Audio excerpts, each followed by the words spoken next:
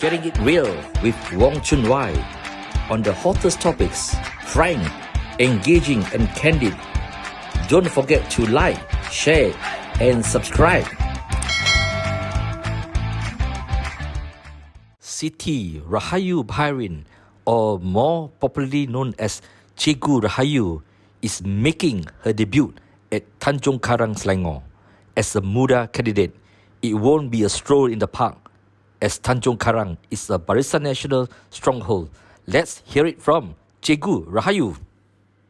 Good evening, Malaysia and followers from around the world. We are now going to Tanjong Karang this evening to catch up with our calon from Muda, Siti Rahayu Baharin, or more popularly known as Cikgu Rahayu. She's a prominent education activist in Kuala Lumpur. She was born in Megat Dewa in Kedah, but she's known for her dedication and for her passion in serving the underprivileged children in poor KL neighborhoods. She has a degree in political science from the International Islamic University of Malaysia, and she went on to do her master's in the same university. She's among the 4 Muda contenders in GE15. Cikgu Rahayu will be contesting, as I said, in Tanjong Karang. As you can see from the video, she's going to be on the move, and I'm catching her up when she's really busy. I've got no choice.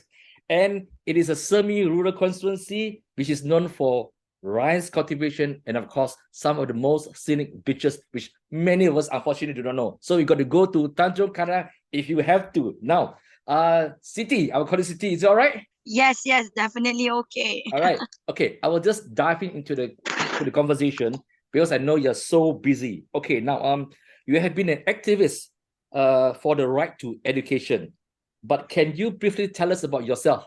About myself, right? I'm a mother, definitely, to a daughter, and also I think right now I have 150 children in my space in Chow Kit, you know, and then I believe that I am a person who believes that education can bring you almost everywhere that you want to go.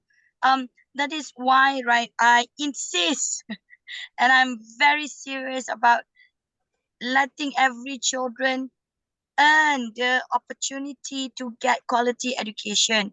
That is children basics, right? If we cannot fulfill that, right? Yeah. I will feel like it is not how to say this. I was lucky enough to be born as a Malaysian. I was lucky enough to be given the chances of a good quality education, and that's what make me today. I would feel guilty to other children if we did not fight for this right for them. So I think that's most probably about me. I study political science, but um I actually was a political before this. I never joined any political party because I thought that life itself is political. Right.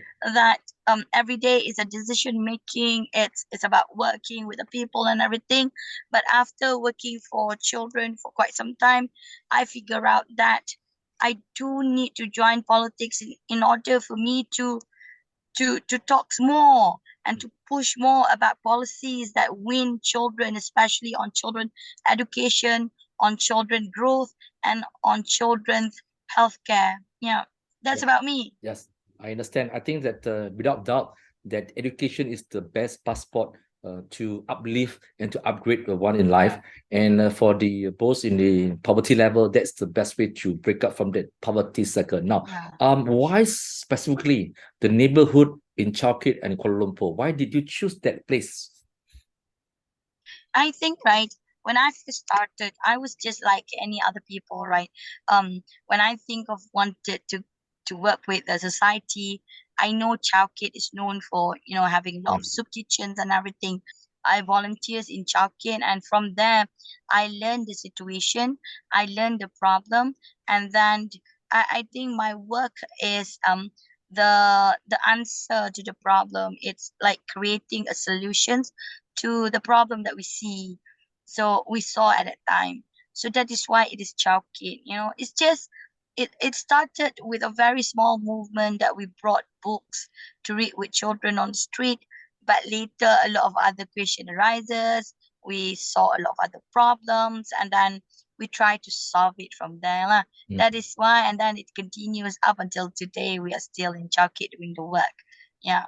Can you share with us some of your experiences in dealing with these underprivileged children, which touch your heart, and which I may say may even break your heart? Okay, how it meant so much to you as someone who works there. Yeah, yeah. I think working with all of these children, right?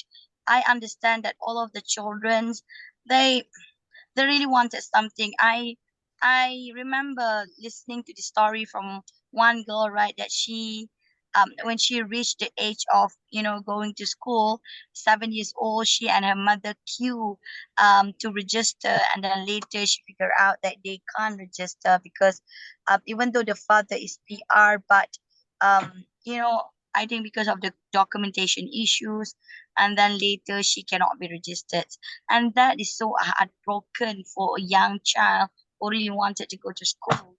So that is some of the experienced by the children.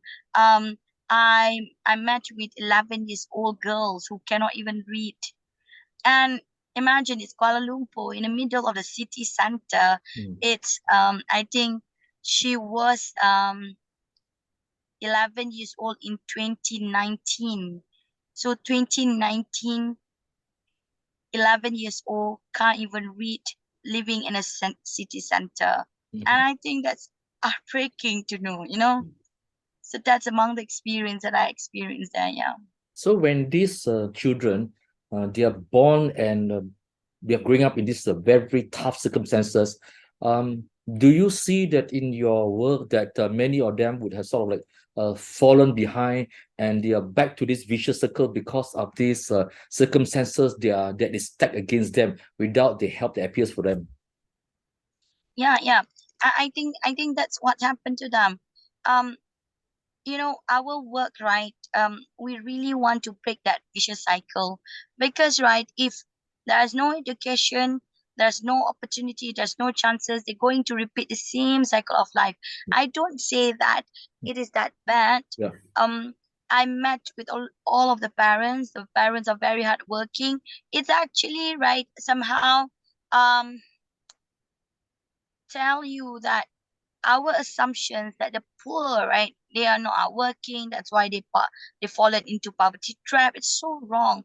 I met their parents. They're very hardworking people and very working class people, but then they are being oppressed by the system that they're working. The wage is really low, the cost of living in the city center is very high, but what to do, they need to continue the life. And it might be the same for their children if the situations are not taken into, some way to solve it, where education was not offered to the children, or quality education. The girls that I spoke about, the 11 years old, right, she went to the national school. She went to the national school. So I think right now it's a questions of quality educations and the livelihood of the people. And when I say she went to national school, I'm not blaming national school system or national school teachers, but sometimes, right, we need to look at the whole scenario of the livelihood of the children, whether how life after school, how life at home, and what are the ecosystem that the children are surrounded with, that affected their learning ability in school, actually. Yeah. Now, Siti, when I read up about from your CV, it's not just education you have been involved in. You have been involved in the Project Cinta Manik Urai, Sahabat Pendengar, and Project Tuala Wanita. Can you just briefly tell us about these projects? Actually, right, project Mani Urai is one off project. Remember the big flood that happened in Mani Urai before this, right? So I went 2 rounds to Kelantan at that time, and we figure out that a lot of school they face a problem with the library. So what happened is that we provide books for the library. We send like um one whole four-wheel drive of books lah, that we sent to help set up the library back. And at that time, we did a back to school program as well for the children affected by flood. So it's still about children and it's still about education. But Sahabat Pendengar is quite different. I'm still actually doing it. I actually experience certain phases in my life where I figure out that because I have people who always listen to me without judging me and without telling me this is what you should do. I managed to, you know, get out of whatever circumstances that I faced earlier and then, be a stronger woman I am today. So a lot of women out there holding a very big position, they can't, when they have problem at home, for example, right, they can't even tell anyone because they will be judged. And some of them are VP level above, so the service that, it is not the service, like the time that I offer for them is just the listening ears. um they I am not a counselor, definitely. I don't have license to do that, but what we do is that we talk to one another, and then most of the time I'll only listen. And yeah, things get better for some, and some choose, yeah. Usually I deal with DV victims now. So domestic violence victim, some they decided to get separated from with their husband or partners. Some, they managed to rebuild their life back. So that's among the things that I do. About the diapers, right? The adults diapers and baby diapers that I do, because during flood, right, people usually did not really look into the idea of giving adult diapers and baby diapers, or even women's pad, right? Because we thought that is not essential. It's essential during during that time. So that's among the projects that I did as well. Yeah, basically, right. I think by listening to this, you can hear that I am really into children empowerment and also women's empowerment, because I think these two are the most vulnerable members of the society in Malaysia. Yeah. Sometimes we forget that the power of listening. People would just like to share their problems, their grievances, and they just want someone not to judge them, but to listen to them. So I think they have done a great job. Now, how did you get into politics? Did Muda look for you, or you look for Muda? If Sadiq is listening to this, or YB is listening to this, right, they would know what I will answer. I would say that I get scammed by them. So which was the culprit? Okay, so I got a call from Sadiq, asking to meet. So the first idea was that to start a movement for the youth leader, young leaders and everything. So they were saying that I can focus on education and also on the issue of at-risk children, children who are at risk of statelessness, and also stateless children. So I was very interested to be on board at the time for the movement. But later, right, after a few meetings, we decided, hey, what about, and Lanka Sheraton happened, and then we thought that why not we form a new party. So I become the co-founder of Party Muda together with others, while before that I was really apolitical. That's why I say I get scammed. But it's a good scam where right now suddenly I am contesting. Yeah. Now, I got to ask you about Tanjong Karang, because you are the calon there. Now, Tanjong Karang is semi-urban, semi-rural, whatever you call it. And it's always been a stronghold of Barisan Nasional, and that UMNO PAS, these are known names. Okay. Now, how has it been like for you as a candidate for Muda, going to this predominantly Malay area, and you're contesting there? on behalf of Muda, a new party and a multiracial party. So what do you tell them and what do they tell you, these voters? You know, when I first um heard that I am going to be filtered in Tanjong Karang, I was like, bring it on. It is a challenge that I would like to take up because, right, I am not doing, I've told my party, and I think in the party we carry the same ideals, which is, yeah, you know, I can go about my campaign saying that BN has been here for so long, what have they done? Oh no, going down the road of picking picking and pick, picking and nitpicking at your opponent, you know, talking bad about them or anything. But I don't want to go down that path because I think that's a kind of old politics. Coming here to Tanjong Karang, right? I went down to a lot of kampong already. In fact, just came back. It's very hot here. It's really resonate my kampong back in Kedah as well. You know, as a kampong girl, right, I don't want people to come and knocking my door and telling, undilah saya because saya is better than the other person and the other person is so bad, and then start narrating the bad side of that person. I don't want. I might close my door to the person who do that. So, right, coming to my campaign strategy, right, is that we go and tell people of Tanjong Karang what is the things that we want to bring to Tanjong Karang, what Tanjong Karang can get more and better. Tanjong Karang, I think, is doing good, but there definitely are way much better solutions to what Tanjong Karang can get. So that's among the things I like to, because you know my line, I'm from NGO, right? I do a lot of grants and funding pitching, right? So whenever that we pitch to our funders, we never speak bad about others because funders wouldn't like it. So that's the same things that I want to do in Tanjong Karang. Voters in Tanjong Karang are my funders, right?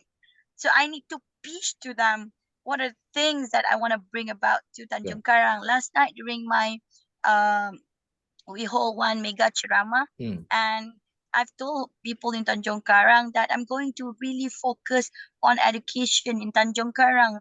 The reason being is because education actually can solve a lot of problem happening around. It might look idealistic and everything, but yes, you go everywhere worldwide, education is a solution for a lot of problem we are facing. Yeah, so even though this is Barisan National Stronghold, right? I think I want to make this election a fair election, and I really want to people of Tanjong Karang to look at how earnest we are working and the new kind of politics that we are bringing. Yeah.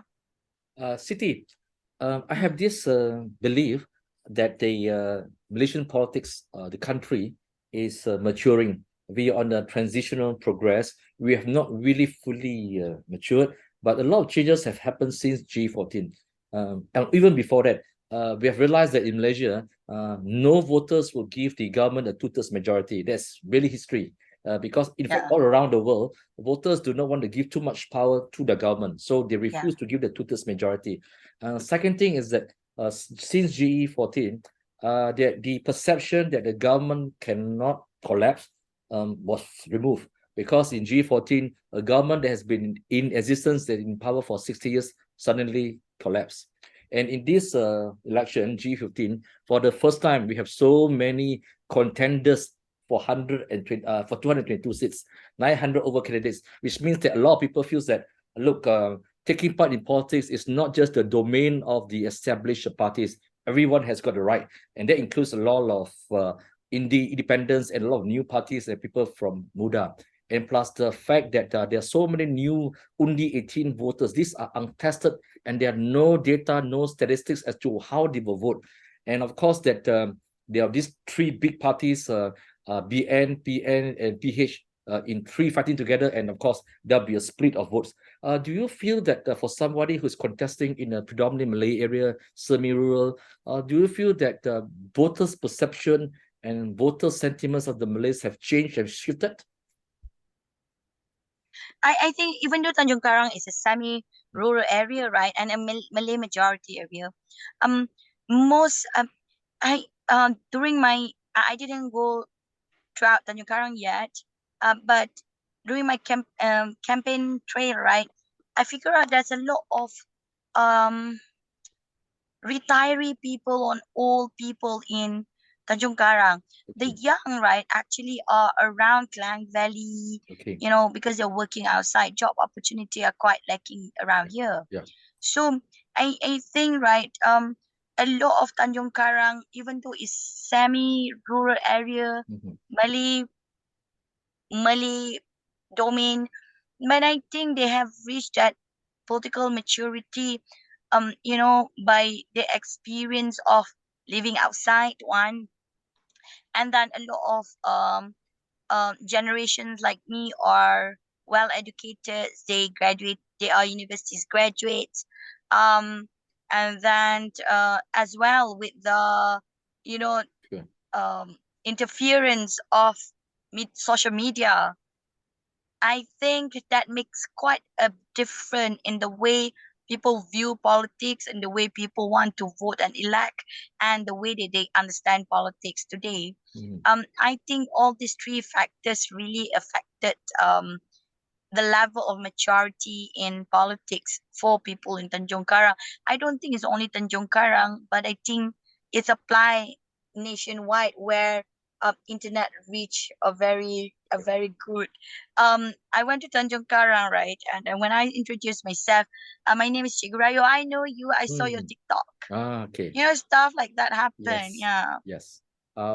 Because of social media, the absolute control of information and content is the past, and that you have direct accessibility to your candidates and to people around Malaysia and even around the world. The fact that we're having this conversation and you're in a car and in my house goes to the fact that look, information is so easy, right? Now, how many young voters would you have in your kawasan?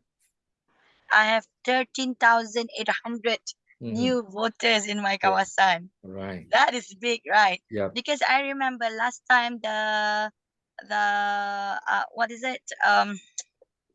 The majority here is only 1,600. Okay. And now we have 13,000. I think they will really be the game changer lah. Yeah. The game changer. And talking about when you say that this is the time of a new media and everything, right? Yeah. My dad is an old old from the old generation. Yeah. So he watched Bulletin Utama and he watched RTM1, right? Yeah. So he was saying to me, I didn't see any news about you in RTM1 and in Bulletin Utama. So I always send link to him, right? Whenever I'm covered, I was covered by any news outlet. So he would say, oh, so see, I think even though we're not in certain segment of news reporting, but nowadays things are so fluid, even in the media world, I think.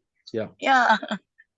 And beside these only 18 young people, the survey also shows that across the country, there are 20% undecided voters. And I think that this is another segment which will also be a game changer, as you said. So it's going to be a really interesting election. Now, what was your reaction when you found that the incumbent MP, Tan Sri Nur Omar, was not contesting? What was your reaction?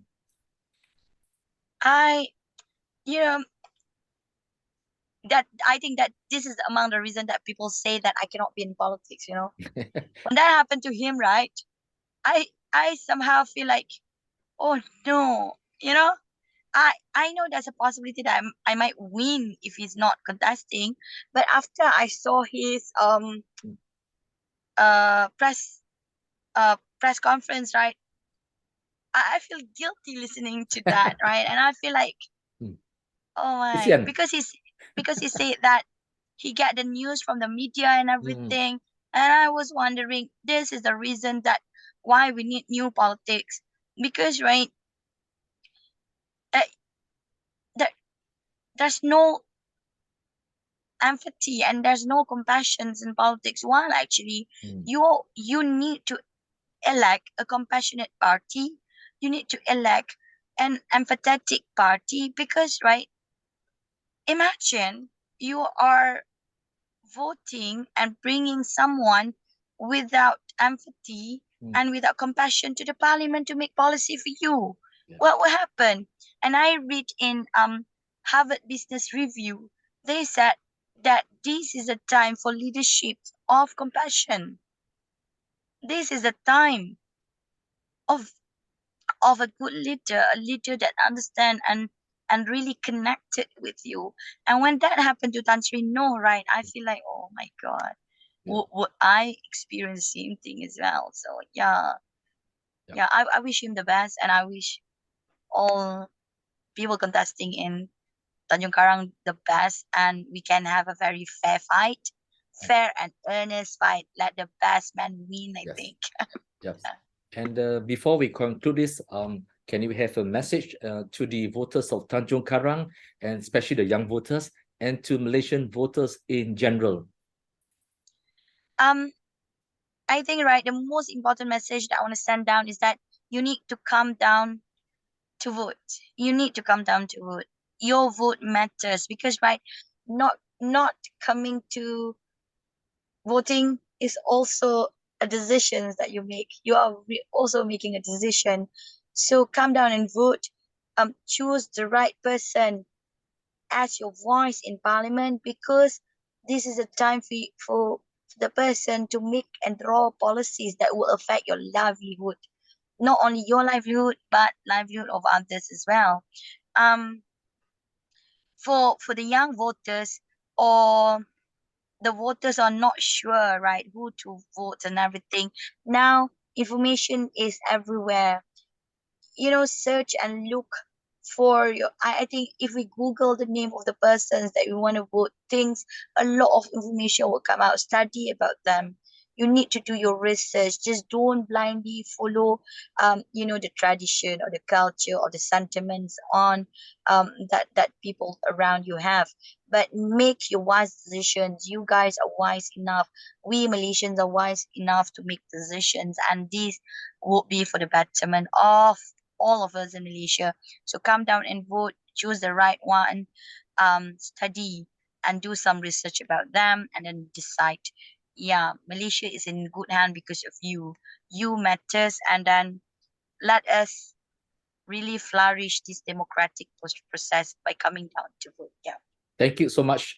I stay in PJ. I've never been to Tanjong Karang, which is really shameful. Come down to Tanjong Karang. It's so near and yet so far. And I'm told that they have got great seafood there, right? Yes.